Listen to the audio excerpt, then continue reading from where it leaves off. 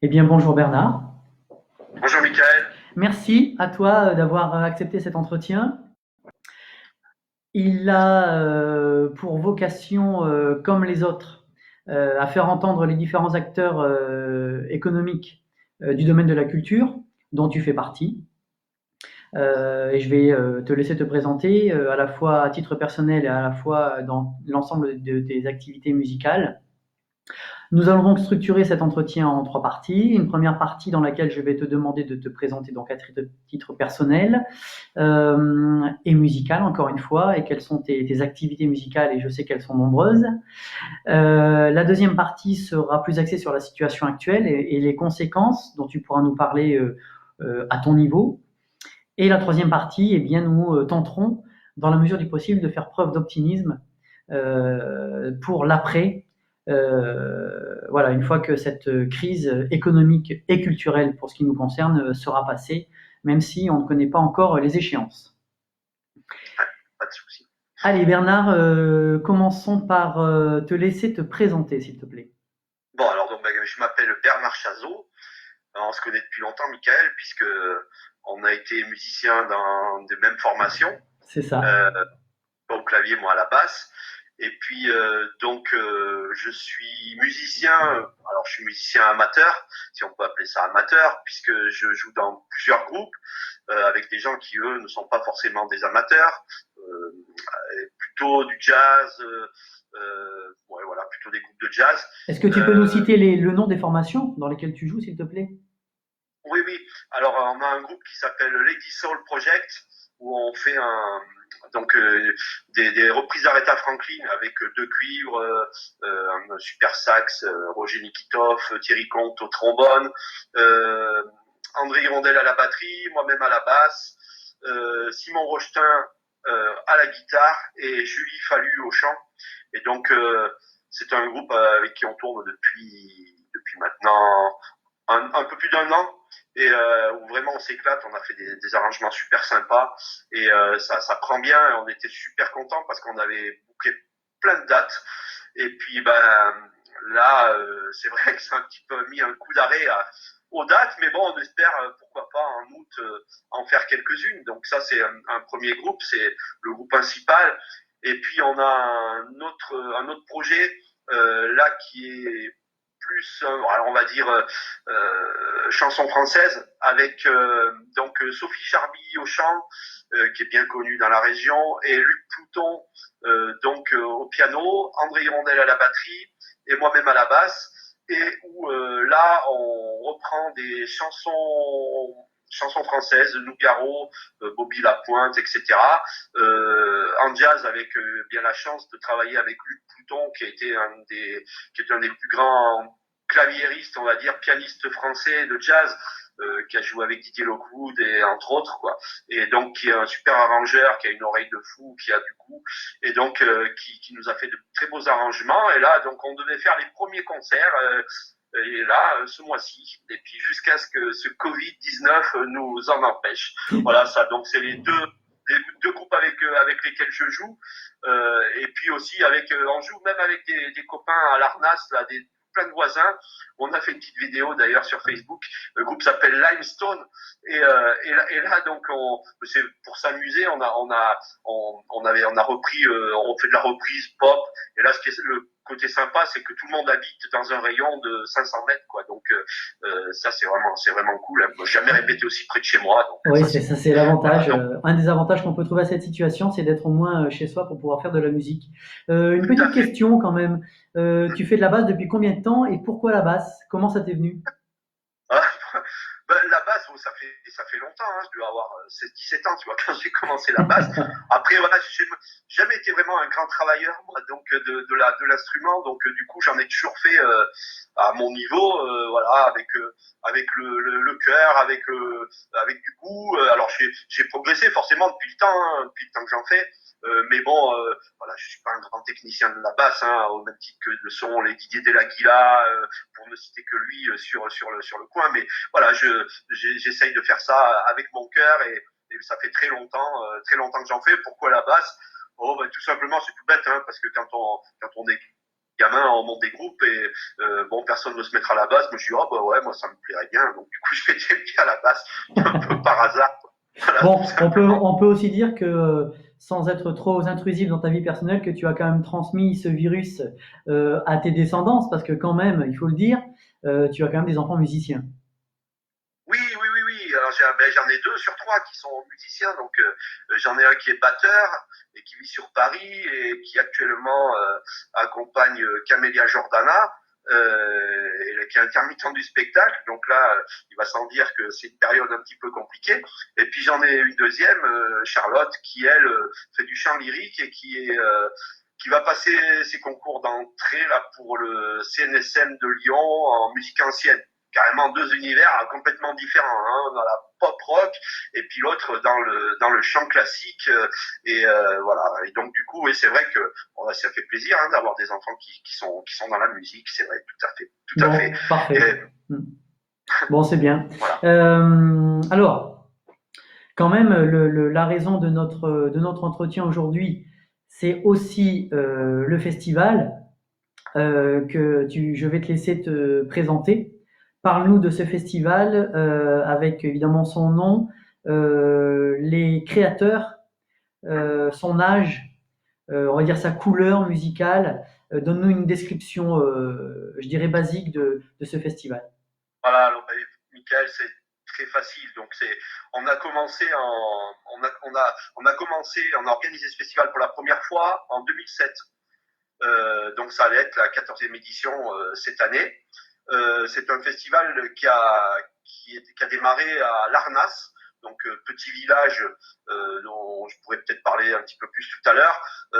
Et donc ça a été une volonté donc du maire de Larnas, qui est Marc Boulet, du maire de l'époque, qui est toujours d'ailleurs jusqu'à il y a pas très longtemps, mais qui est encore maire là aujourd'hui à ce jour. Et puis donc 2 amis que tu connais, Michael, puisque bon, il s'agit de moi, et puis de André Hirondelle qui est un batteur de la région, qui a joué dans plein de groupes, qui avait un groupe de bal il y a très longtemps qui s'appelait, enfin il y a très longtemps, pas si longtemps que ça, mais qui s'appelait les Shattles, et puis ensuite avec qui on a joué ensemble. Et André, c'est mon vieux compère, hein, on se connaît depuis plus de 20 ans, 25 ans, je crois. Et donc, du coup, on avait envie de monter un festival dans un lieu magique, hein, Larnas, derrière l'église de Larnas, c'est fabuleux, au milieu des champs de lavande, devant une église du XIIe siècle.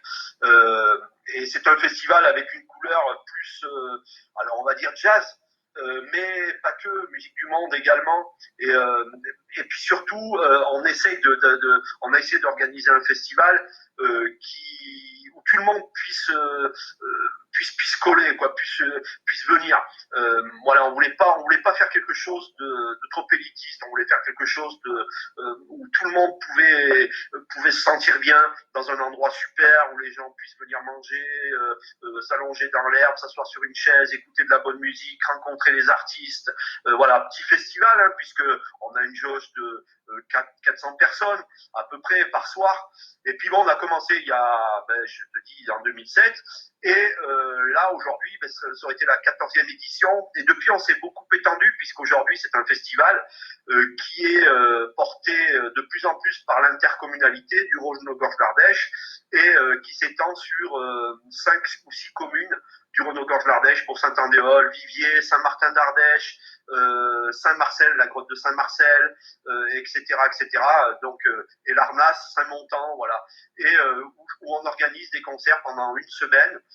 On commence à prendre un petit peu de l'ampleur. On est soutenu par les communes, on est soutenu par des bénévoles. Voilà, ça c'est quelque chose de très important. Alors, ouais, justement, j'avais plusieurs questions à ce propos-là. La première des choses, c'est on va revenir à l'origine du festival. Lorsque tu as l'idée avec André Hirondelle de monter ce festival, ou est-ce que vous, on va dire, puisque vous êtes deux à l'origine, vous étiez, je dirais, conscient de ce que ça allait être en termes de temps passé, de dévouement, j'oserais dire, de, de toutes les choses qu'il va falloir mettre en place pour pouvoir avoir à la fois de la bonne communication, de la logistique, la billetterie, les bénévoles, l'organisation, les plannings, les artistes à aller chercher, évidemment l'aspect financier de la chose avec le budget peut-être qu'on s'y arrêtera. Est-ce que vous étiez conscient de ça ou est-ce que ça a évolué aussi avec les années?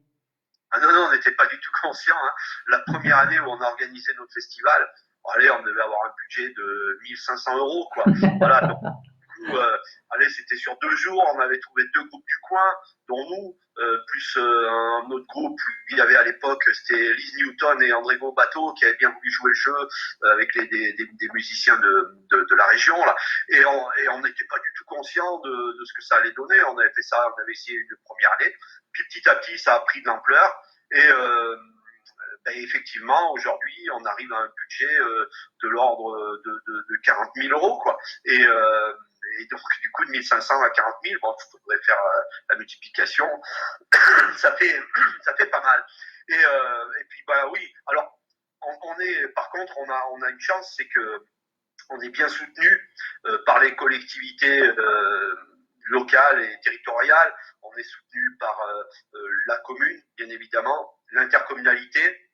On est soutenu par le département, on est soutenu maintenant par la région, on est soutenu beaucoup par la Spédidam, et puis cette année on allait être aussi par la SACEM, voilà, et donc effectivement c'est une chance de pouvoir être soutenu par toutes ces personnes-là et par toutes ces collectivités. Alors, Mais c'est vrai, oui. 6 mois de travail. Quoi. Oui, voilà, c'est ça. C'est 6 mois de l'année de travail pour arriver à un festival qui s'étale sur combien de jours? Pour 5-6 jours de festival. Voilà, c'est ça. Et après, on fait à peu près 6-8 mois de préparation, quoi. Parce que faut booker les artistes, faut faire la communication, voilà. Parce que c'est pas le jour même du festival qui pose le plus de problèmes, parce que là on a du monde. Mais c'est vrai que ce sont tous les autres moments pour organiser, quoi. Ouais. Parlons un peu de la programmation. Donc tout à l'heure, j'ai bien compris votre volonté de faire, je ne sais pas si ça se dit, si c'est bien, si c'est pas bien, mais de faire ce qu'on appelle du jazz populaire, c'est-à-dire à la fois du jazz pour aller chercher une qualité artistique, à la fois du populaire pour que tout le monde puisse s'y retrouver. Que ce soit, je sais pas, dans de la soul, plutôt dans du swing ou plutôt dans des musiques du monde, des musiques ethniques ou du chant, enfin voilà, trouver une pluralité musicale pour que tout le monde puisse s'y retrouver. Donc j'ai bien entendu ça. Peut-être une petite question, comment faites-vous pour aller trouver vos artistes? Oh, ben ça c'est facile parce que tu sais, depuis qu'on organise le festival, ça fait maintenant 14 ans, on commence à avoir une petite notoriété et ben, les artistes nous contactent. Hein. Moi, ils ne passent pas une journée sans que j'ai 2, 3, 4, 10 demandes d'artistes, de bookers, quoi, qui m'appellent ou qui m'envoient un mail en me disant voilà, on aimerait passer tel artiste, etc., etc. Voilà, donc du coup, ça c'est pas très compliqué. On reçoit beaucoup de propositions et puis après il y a on rencontre aussi des artistes sur d'autres festivals, voilà, sur des gens qu'on a vus, qui nous ont bien plu, voilà, des amis d'amis aussi. Donc du coup, pour faire la programmation, on pourrait programmer 10 festivals par an hein, si on avait le budget, parce que on a beaucoup de demandes et puis plein de choses de qualité. Et c'est ce que je dis chaque fois qu'on me contacte. Je dis mais ouais, vous me contactez, mais je vais pas pouvoir dire oui à tous ceux qui me contactent. Donc voilà, oui, peut-être qu'on va vous prendre, mais n'y comptez quand même pas trop parce que voilà, on a plein de demandes. Et puis il y a des gens qui on a promis depuis 2, 3, 4 ans qu'on va les prendre. Et puis donc on essaye aussi de tenir compte de ça. Quoi. Ouais. Donc vous avez l'embarras du choix, quoi. Oui. Parlons un petit peu de l'aspect budgétaire. Alors j'ai bien compris que vous étiez soutenu à la fois territorialement, à la fois par des institutions, et puis vous avez du public. Hein, c'est non négligeable dans l'équilibre budgétaire. Donc ça veut dire que l'équilibre tient à la fois du soutien local, à la fois du soutien institutionnel, à la fois parce que vous remplissez, et puis les bénévoles. Je pense que voilà. Alors, nous on a alors là c'est une chance, hein, vraiment une grosse chance, c'est qu'on a un festival qui est organisé uniquement par des bénévoles. Donc nous sommes tous bénévoles au sein de l'association. Et là cette année c'est une chance énorme puisque du coup le festival n'aura pas lieu. mais nous n'aurons pas un gros impact financier sur, voilà, on n'aura pas de dépenses particulières, et puis on arrivera à s'en sortir, on pense, pas trop mal, quoi. Ce qui n'est pas le cas de beaucoup de festivals qui ont des grosses équipes professionnelles et à qui je pense aujourd'hui, hein, et qui doivent être donc dans la panade parce qu'il faut bien payer le personnel. Bon, mis à part s'ils ont réussi à les mettre en chômage, mais c'est compliqué. Et donc nous on est une équipe de bénévoles, on est on doit être une trentaine de bénévoles avec 4-5 qui sont les chevilles ouvrières qui sont là toute l'année, et puis tous les autres qui viennent nous aider à faire du collage d'affiches, le jour du festival, à faire la cuisine, à faire voilà quoi. Que nous on est le festival de bénévoles, et ça c'est vrai que c'est intéressant, hein.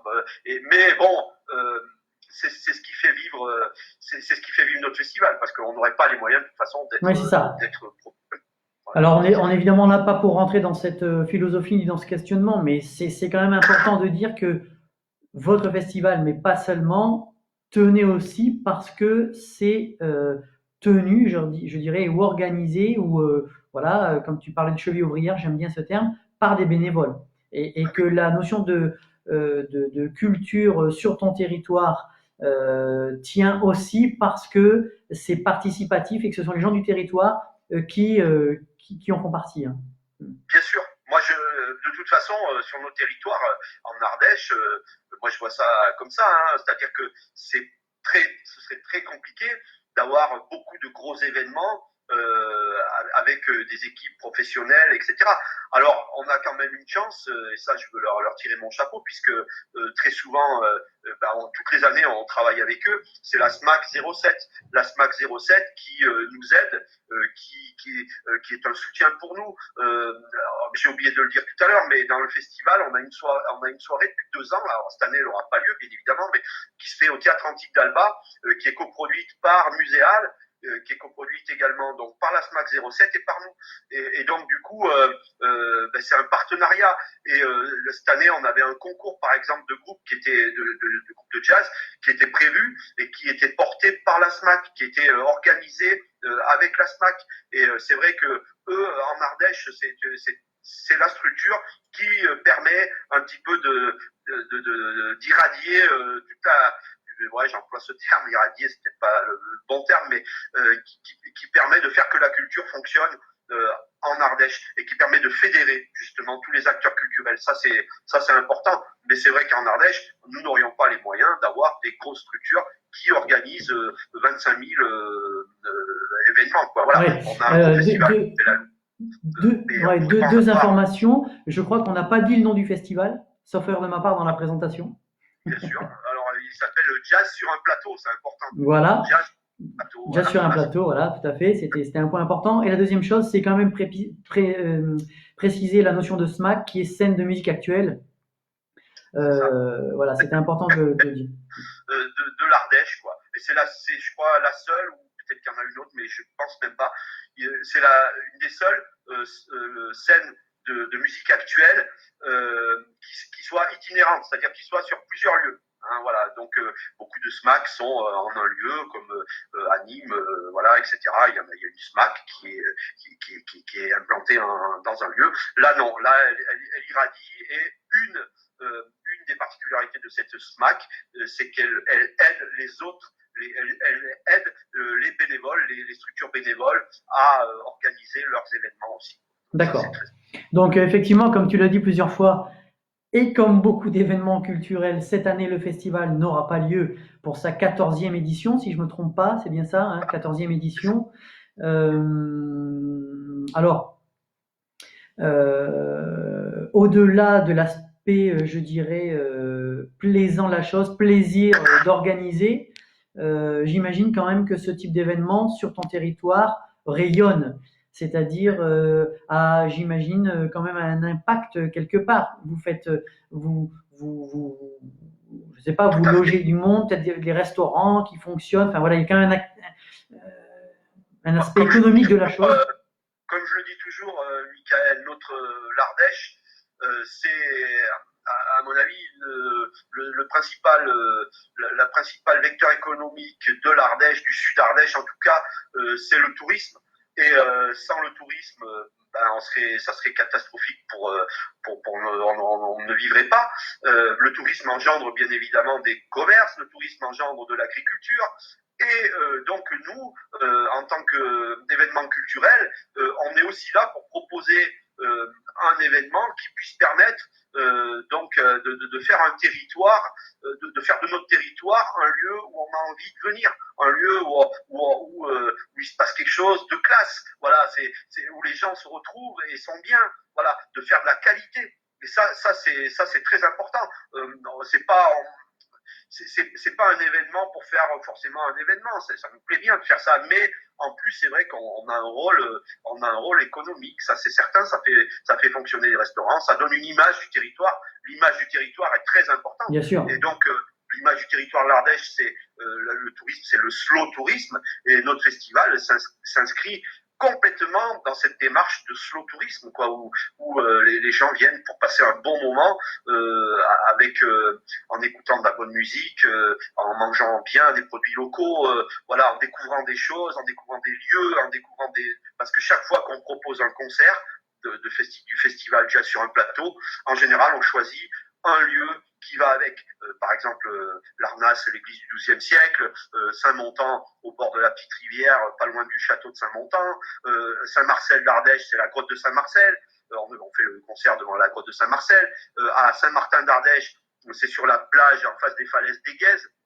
Vivier, on devait faire ça cette année dans la cour de l'hôtellerie Charles de Foucault, qui est un lieu magnifique.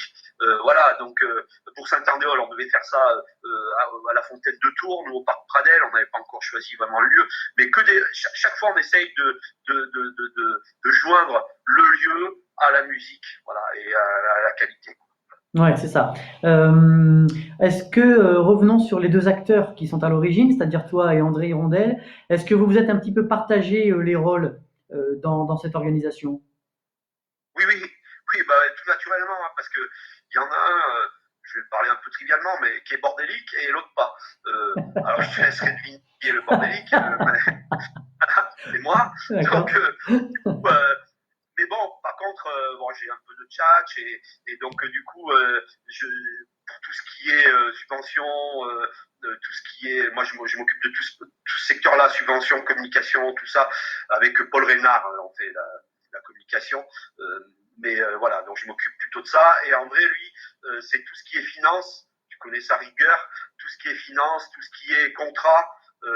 Administratif, quoi, ça il maîtrise ça, mais vraiment, et puis comme je dis, s'il n'était pas là, moi je ne ferais pas parce que ça n'irait pas loin, quoi. Voilà. Oui, de toute Lui, façon, le secret, c'est la complémentarité.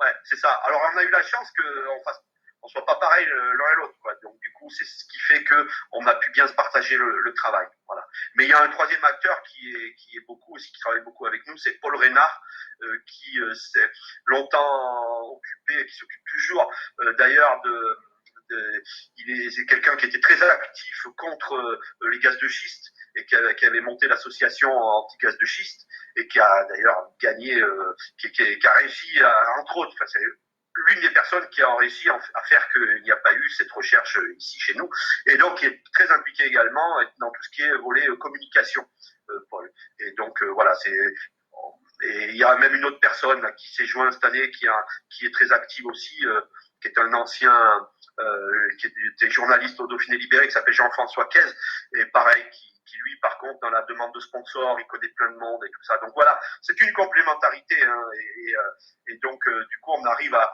fonctionner uniquement parce qu'on arrive à être plusieurs, sinon on ne ferait pas. Oui, c'est ça. Alors, un festival qui ne se fait pas, est-ce que tu peux quand même nous parler de la programmation qui était prévue? Donne-nous des noms d'artistes quand même pour Ouais. nous donner un petit peu la couleur du festival et qui malheureusement ne pourront pas faire leur prestation cette année. Alors on espère, je ne sais pas si je vais donner les noms d'artistes parce qu'on espère les faire venir l'année prochaine. Donc on Ah, voudrait pas d'accord. dévoiler. Alors parle-nous peut-être des programmations qui ont déjà eu lieu. Ah oui, alors ça je peux, oui, sans problème. Ça va de André Manoukian à André Secarelli, les deux Dédés, quoi. On va dire, en passant par l'année dernière une superbe bassiste polonaise qui s'appelait Kinga Glick, une jeune, c'était monstrueux qui fait 5000 personnes si elle passe à Vienne, quoi. Alors, qu'elle fait 300-400 quand elle vient à l'Arnas. Mais on arrive à avoir des artistes qui tiennent vraiment la route. On avait eu un violoniste qui s'appelle Ricardo Hers, qui est brésilien, super. On a eu Agathe Iracema aussi, qui est une superbe chanteuse de jazz. Qui est-ce qu'on a eu? On a eu David Lynx, bien sûr, qui est venu chanter avec André Ceccarelli. Bon, Dédé Manoukian avec Elina Duni, qui est une superbe chanteuse. Alors elle, je crois qu'elle est, bon, je pense roumaine ou bulgare, je sais plus. Mais franchement, superbe chanteuse. Quand en parlant de roumain, on a eu Marianne Badoy qui est venue avec Les Doigts de l'Homme. Voilà, on a eu plein d'artistes. Après, alors donc, on a ces têtes d'affiche, et puis on a des groupes de la région aussi qui viennent, et ça donne l'occasion justement de ces groupes de la région de les faire jouer en avant-première, hein, donc en première partie de personnes, enfin de groupes plus connus, quoi. Voilà. Et on n'a pas fait que du jazz. Il y a une époque, on avait même fait passer un peu de la pop, du rock, de l'électro. On avait même eu à l'époque un groupe dans lequel jouait mon fils, qui s'appelait Gripjoy, et ils étaient venus aussi jouer à l'Arnas. C'était un super bon moment, quoi. Bon, donc voilà, on est très ouvert au niveau musique. On essaie de faire venir des artistes qui comptent et qui attirent un peu de public, quoi. Voilà. Alors, Et ça fonctionne. Ouais, je rebondis aussi sur le fait que vous arrivez à faire venir des artistes étrangers sur un festival ardéchois. Moi, je trouve ça remarquable. Alors, j'ai bien compris que tu avais beaucoup de demandes et que tu avais l'embarras du choix, mais quand même. Notre plus grosse affaire, en gros, ça a été, on a fait venir Cory Henry. Et là, c'était un moment exceptionnel. Cory Henry qui est arrivé à l'Arnas, qui joue dans les plus grandes salles aux États-Unis, qui est arrivé avec un jeune batteur de même pas de 30 ans. Ils sont arrivés là. Je te dis pas quand ils ont ouvert la porte, c'était enfumé dans la voiture quand ils ont ouvert la porte de leur voiture. Je te garantis. Ils sont descendus, ils se sont mêlés au public et puis ils sont montés sur scène d'une simplicité exceptionnelle, et ils sont montés sur scène, ils ont partagé avec le public à deux. Je sais même pas si quand ils sont montés sur scène, ils savaient ce qu'ils allaient jouer. Mais on a passé un moment, c'était phénoménal. Je crois que ça a été le plus gros moment du festival, la venue de Cory Henry. On avait eu de la chance, on les avait vus avec André, on les avait vus dans un festival à Lyon, un doigt de jazz. Et on avait trouvé ça super, quoi. Et on avait contacté le tourneur, et ils étaient en Europe à ce moment-là, et donc c'était entre deux dates. Je crois que c'était une date à Oslo et une date, je sais plus trop, en Angleterre, je crois, à Londres. Et donc ils avaient fait le détour par l'Arnas, et franchement, on avait passé un moment inoubliable, quoi. Et c'est vrai que c'est impressionnant. Moi, je sais que quand ils étaient descendus, j'étais ému, quoi. J'étais ému. On avait fait venir également un grand moment d'émotion. Ça a été quand on avait fait venir Troc. Troc, c'était le groupe où il y avait André Ceccarelli, Yannick Top, et il y avait Alex Ligerwood, le chanteur Santana, qui était là.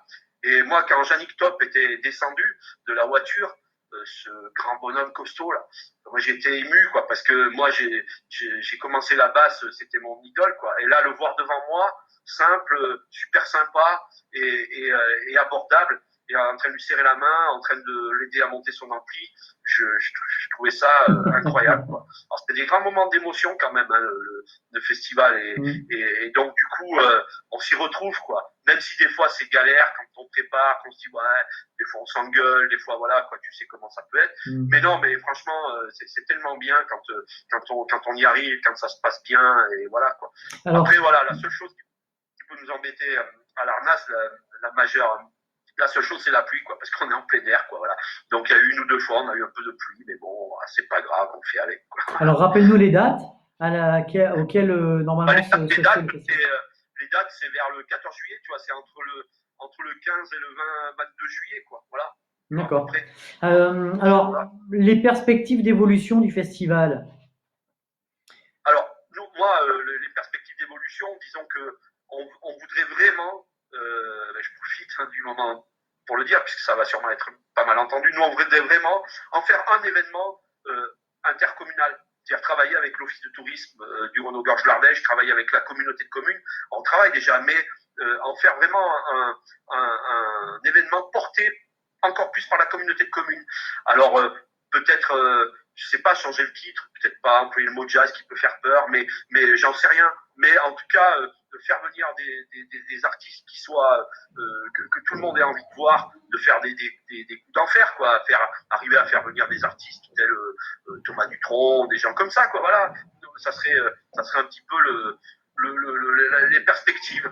Oui, parce que Thomas Dutronc, mais ça peut être aussi. ouais, si je traduis ce que tu es en train de dire, c'est que tu aimerais être plus soutenu localement pour faire venir, on va dire, des têtes d'affiche, qu'on va appeler des têtes d'affiche un peu plus lourdes, on va dire, si je peux exprimer ce. Alors, sachant que. C'est pas être plus soutenu, parce que soutenu, on l'est déjà. D'accord. Qu'on fédère plus, quoi, qu'on soit plus fédéré, que ce soit plus la communauté de communes qui porte ce festival. Voilà. Parce que là, c'est vrai qu'aujourd'hui, c'est la mairie de Larnas et Bernard Chazot, André Hirondelle, Paul Reynard et les bénévoles. Mais être encore plus que les acteurs de la communauté de communes rentrent encore plus dans l'organisation du festival, quoi. Voilà, ça serait un petit peu ça, quoi. Et tout ça lié avec le tourisme, quoi. En faire un événement où les gens viennent en Ardèche aussi, viennent pour les Gorges d'Ardèche, mais viennent aussi dans la vallée du Rhône pour le festival Jazz sur un plateau, comme c'est le cas, par exemple, alors cette année il ne se fera pas non plus malheureusement, mais le festival de Zaz à Crussol. Voilà, un petit peu dans ce style-là. Après, peut-être pas forcément la même esthétique musicale, mais plutôt voilà, essayer de faire un festival qui amène encore plus de monde. Voilà. D'accord. Là, cette notion de s'étendre sur le territoire, ça rejoint un peu ça ou pas forcément? Oui, c'est ça, complètement. C'est ça. Complètement, oui. C'est vraiment qu'on voudrait arriver à faire que notre festival puisse rayonner encore plus. Voilà, c'est ça. D'accord. Alors, alors effectivement, ce festival cette année n'aura pas lieu. Je pense qu'on en a assez parlé pour ça. Donc, les éditions suivantes. Oui. L'année prochaine, évidemment. Donc, si j'ai bien compris, vous allez garder la programmation prévue cette année pour la reporter l'année prochaine. On va garder. On ne sait pas parce que il faudra que les artistes soient libres, il faudra que voilà, qu'ils soient encore que leur tournée soit maintenue, voilà quoi. Mais disons que oui, on aimerait pouvoir garder ce qui serait normal, quoi. Les artistes de cette année, on leur a en gros fait faux bon, quoi. Donc du coup, on aimerait pouvoir les faire travailler l'année prochaine, quoi. D'accord. Bon, donc évidemment, l'état actuel des choses freine évidemment, je vais dire la culture dans son ensemble. Votre festival, mais évidemment pas que celui-là. L'ensemble des festivals aura été impacté. Je ne rebondirai pas sur les annonces gouvernementales, sur la faisabilité de certains festivals ou pas. Ça n'est pas l'objet de non, mais je voudrais pas être désagréable. Voilà, c'était pas l'objet d'aujourd'hui. On va voir comment les choses vont évoluer, en tout cas, sous le coup des décisions qui seront prises pour pallier à cette problématique importante. Voilà. Ouais, j'espère qu'une chose, j'espère quand même que on ne prendra pas comme excuse, que le gouvernement ne prendra pas comme excuse le fait de dire mais nous on vous a pas interdit les festivals, on a permis avec une personne sur scène, les personnes après espacées d'1,50 m avec des masques et du gel hydroalcoolique. Et je voudrais pas que le gouvernement prenne cette excuse pour dire mais c'est pas nous qui avons empêché les festivals, ce sont les organisateurs qui ont pris la décision de ne pas les faire. Et par là même, ça va plus loin ma réflexion, c'est que je ne voudrais pas qu'après on puisse dire c'est la faute des festivals si les intermittents du spectacle n'ont pas pu travailler cet été, parce que ce n'est pas le cas. Bien évidemment, on peut pas organiser, ce n'est pas possible, ce n'est pas au niveau sécurité, c'est pas possible d'organiser ça, quoi. Voilà. Donc il vaut mieux faire une année blanche, il vaut mieux dire on ne fait pas, et puis l'année prochaine on repart. C'est-à-dire que nous, cette année, si on avait organisé cette année, on avait de forts risques de nous retrouver à faire mourir le festival, quoi, à se retrouver avec des subventions qui forcément peut-être ne seraient pas arrivées, et puis se retrouver à être terminé, quoi, plus de festival, et puis on n'a plus rien à faire. Et les intermittents du spectacle, moi j'espère également, je le place ici puisque ça pour moi ça me tient vraiment à cœur. J'espère que on fera ce que j'ai entendu de la bouche d'Aurore Berger, qui est une députée de La République En Marche, qui disait l'autre jour à la télévision: aucun intermittent du spectacle ne sera laissé sur le carreau à cause de la crise du Covid-19. Donc j'espère qu'on va reprendre, qu'il va y avoir une année blanche et que les intermittents du spectacle pourront faire leur statut à l'identique de ce qui avait été fait pour 2019. Voilà, j'espère que cette décision va être prise. En tout cas, si elle n'est pas prise, c'est la mort de l'intermittence. Ça sera une catastrophe pour les intermittents du spectacle. Plus de la moitié vont se retrouver à ne plus rien pouvoir faire et vont devoir arrêter parce qu'ils ne pourront plus vivre, ils ne pourront plus manger. Donc du coup, j'espère que cette décision sage va être prise. Ça coûte, c'est vrai, mais on le fait pour d'autres professions. Et la culture, pour moi, je pense que quand on va arriver au terme de cette crise, eh ben, ça va être important de repartir et on sera content d'avoir des artistes et qui vont organiser qui vont monter sur les scènes et nous faire rêver. Voilà, moi, ça, c'est vraiment quelque chose qui me tient à cœur. Oui, et j'entends bien ton discours. De toute façon, vu ton cursus, si je peux appeler ton histoire personnelle avec la musique qui dure depuis, tu l'as dit maintenant fort longtemps, depuis le moment où tu as commencé la musique jusqu'à aujourd'hui, où tu es à la fois musicien encore avec plusieurs formations, organisateur d'un festival, et j'oserais dire, on l'a pas dit, sous le coup de tes mandats électoraux, un peu une référence culturelle à qui on vient quand même se référencer pour avoir une réponse de quelqu'un qui baigne dans la musique et la culture ardéchoise depuis maintenant longtemps. Je comprends pour toi et c'est aussi un peu pour ça que je suis venu vers toi pour avoir cet entretien, c'est avoir ton point de vue, ton recul, ton avis sur cette problématique des intermittents qui est une vraie problématique actuelle dans la culture. Alors évidemment, tous les secteurs économiques sont évidemment touchés, ils sont nombreux et il va y avoir des dégâts importants et dans beaucoup de domaines. C'est sûr. Mais nous, on est là pour parler de la culture et la culture va aussi être fortement impactée par cette crise, évidemment. Ah ben oui, non mais voilà, après oui, non mais j'entends bien, forcément, moi je prêche pour les intermittences, mais on pourrait parler du tourisme et tout ça, mais je pense que ces secteurs-là risquent d'être soutenus. J'entends ici et là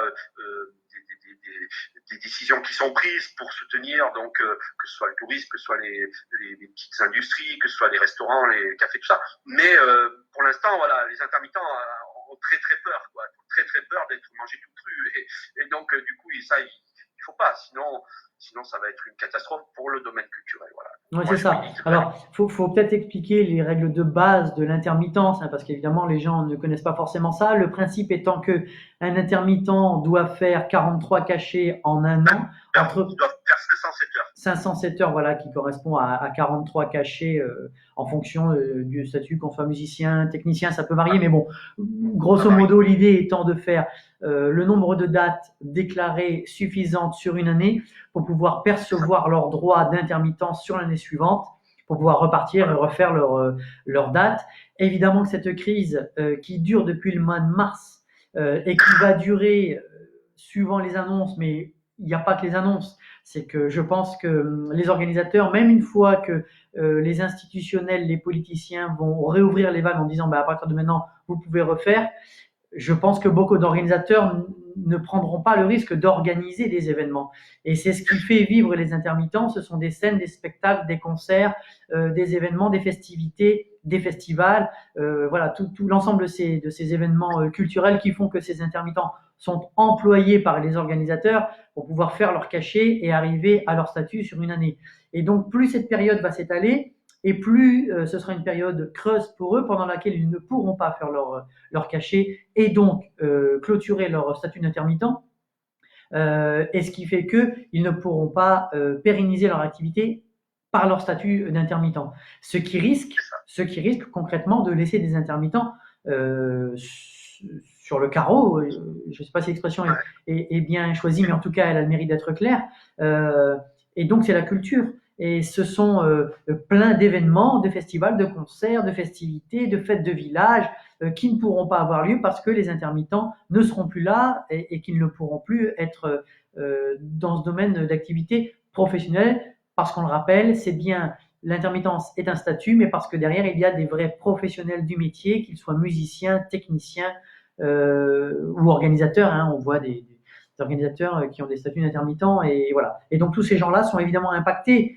Plus cette période va être longue et plus l'intermittence sera évidemment fortement impactée par cette crise du Covid-19. Hein. Exactement. Tu as tout résumé, c'est parfait. Bon voilà. Merci Bernard d'avoir accepté cet entretien. Alors, bon, tu l'as déjà dit, mais j'aime à le rappeler. Il y aura ce qu'on va appeler la 14e édition l'année prochaine. On va dire que cette année ce sera l'année blanche comme les autres festivals, mais il y aura la 14e édition du festival Jazz sur un plateau l'année prochaine en 2021. J'imagine que l'ensemble de tes partenaires, de tes sponsors seront présents et les institutionnels aussi, je pense, seront toujours présents pour soutenir votre festival pour qu'il se pérennise encore de nombreuses années. Oui, je pense qu'il n'y aura pas de souci de ce côté-là. Oui, là, moi, je suis optimiste là-dessus. Hein. Franchement, l'année prochaine, nous, on pourra repartir sans aucun problème. Voilà. Bon. J'espère que les festivals qui sont à plus grosse échelle vont pouvoir s'en tirer également, quoi. J'espère, parce que eux ils ont des équipes donc professionnelles, donc ils ont des équipes qu'il faut payer, etc. Et j'espère que ça ne va pas les mettre trop dans le rouge, quoi, voilà. Mais bon, je pense qu'avec les mesures de chômage partiel, tout ça, on devrait pouvoir s'en sortir et l'année prochaine repartir sur quelque chose de bien. Mais surtout pas cette année faire quelque chose de bancal qui va tuer. Si on fait ça, on va tuer des festivals. Voilà. Ouais, il valait mieux faire une année blanche et ne pas faire pour repartir avec une belle édition suivante. Voilà, au moins en juillet en tout cas, parce que en août, je n'en sais rien, mais on nous dit que ça va être qu'il n'y aura rien avant le 15 juillet. Nous, notre festival, il se déroulait du 15 au 22, donc voilà, on ne pouvait pas prendre le risque. D'accord. Bon. Le festival d'ailleurs, le festival d'Alba est également n'aura pas lieu non plus. Voilà. Ah non, mais c'est sûr que c'est un crève-cœur hein, oui, géographique dans l'Ardèche du Sud. Hein, ouais, c'est sûr. Des équipes qui préparent depuis des mois, et puis là, ben voilà. Mais bon, allez, on va être optimiste, Michael, et puis je pense qu'on va repartir l'année prochaine. C'est ça. Bon, merci encore Bernard d'avoir accepté cet entretien, d'avoir présenté ton festival à travers tes activités on va dire semi-professionnel, et permets-moi d'utiliser ce terme-là quand on fait les choses aussi bien que toi, et depuis autant d'années. J'espère, et bon, on rendez-vous pour l'année prochaine, donc pour la 14e édition du Festival Jazz sur un plateau. Avec plaisir, Michael. Avec plaisir, puis on se verra peut-être avant quand même. Mais j'espère bien. Merci à toi. Et puis, alors j'en profite aussi pour annoncer à ceux qui regardent ces vidéos que d'autres entretiens sont prévus cette semaine. Je vais avoir un photographe, des artistes, des producteurs encore qui ont accepté de répondre à ces entretiens. Je le rappelle, l'objectif étant de faire entendre les différents acteurs économiques du domaine culturel, aussi vaste soit-il, et qui acceptent de répondre à ces questions le temps d'un entretien qui dure en moyenne entre 40 et 50 minutes chacun. Voilà, je vous donne rendez-vous pour les prochains entretiens. Encore une fois, merci Bernard, et puis à très bientôt. Merci Michael, ciao. Bye.